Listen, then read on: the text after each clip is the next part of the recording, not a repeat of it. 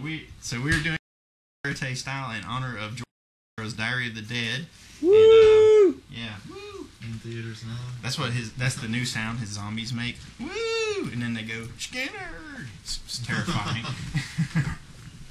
But anyway, I guess you'll find out why this is related to that just soon enough. So this is our Cinema Verite special makeup effects expert, creature effects advisor, expert, and chef. Pie expert. There's a week old testing his pie latest creation in there if anybody's interested. It's latex pie. So basically, I'm doing a bit of consulting and development for a nonprofit organization called The Light Factory. It's lightfactory.org, where a whole team of folks from the bank have put together their new website, and we've been working with them for over a year now on this. It's the lightfactory.org. You check it out. They're really a great organization, but they provide education in arts and obviously feature regional and local artists, and bigger than that, I guess. But pretty soon they're going to be having a cinema that's going to support independent films and show independent films there. So I'm on the phone Saturday talking to a group of people who are working on this, and one of the representatives from the Light Factory is there. And so this little dime and nugget of knowledge gets dropped on me, and I'm just like speechless. So apparently they're lining up a 3-day film festival with none other than George A. Romero later in the year. And See the guy that played the Joker on the Batman series? It was Caesar Romero. I know, I'm just kidding. Later on, later on in the year, they're going to have this festival with, here's the kicker, a short film contest judged by George himself. That this is really the first brainstorming session for a new little project. Sounds good. So, what is your idea for a zombie film? Okay. I think conceptually to keep a zombie film low, but first off, I'm gonna defer to you on all the things to make it really appeal to George Romero, and I'm gonna throw out my ideas for keeping it happening, lots of action, really interesting to a larger group of people than just the core zombie fan, which we all are, but some folks that's not their thing, I want it to have a little bit broader appeal. And there's a couple ways I think we could do this for a 10-minute film and keep it cheaper and just a lot more attainable to that level. I feel like we've kind of set the level pretty high with the C for Chaos, so we have to we have to maintain that level in everything we do, and there's a way we can do that. So did you say C for Chaos? I did say C.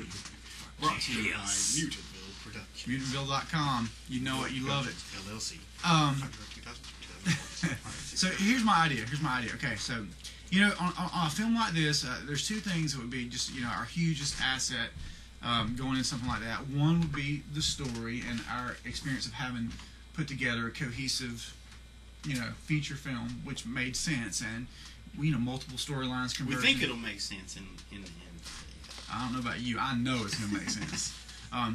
Okay, and then number two, Dr. Savini over here, who's pulled off some pretty impressive. Over there, George. You go ahead, just get a reaction shot, and we'll cut that. No, actually, just look at me if you would. This is Cinema Verite. We're gonna edit it though. No, Cinema Verite means you can look at whatever.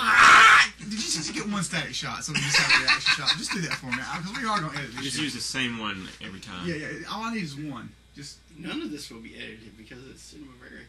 Don't you know that?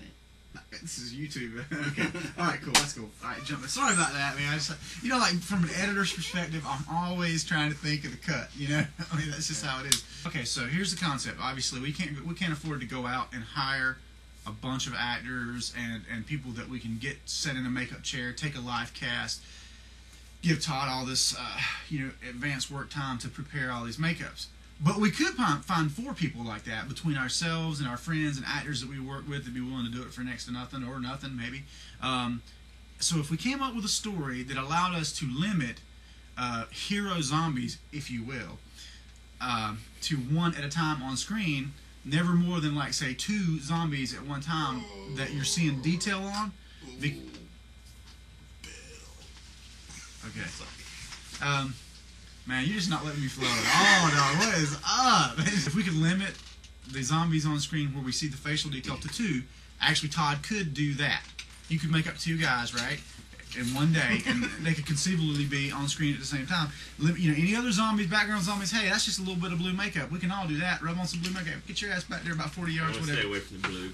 So, whatever. You know what I'm saying? It's like no detail shot. So if we limited the hero zombies to 4 in the story, that 8 manages to make up the number of people we have to get in here to a certain level. We're going to have to probably cast some more folks, but not, hopefully nothing as dire as we got 1 live cast to work with. That's mine. We already had that from previous projects.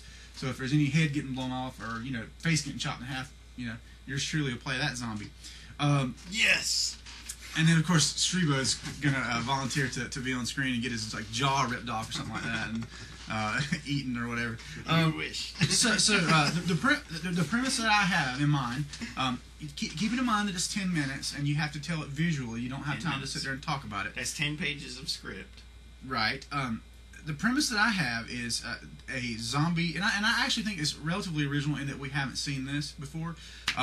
It's a zombie holocaust 3 years on, or 2 years on, or a year on, or whatever.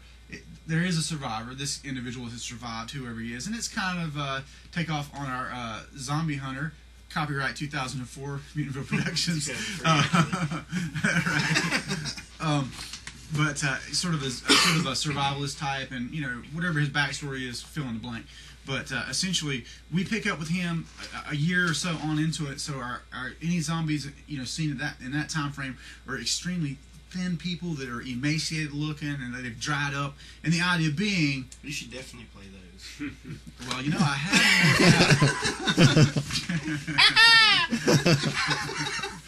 I was thinking the same. I was like, I'm gonna play one. They haven't eaten in 3 years. Okay, so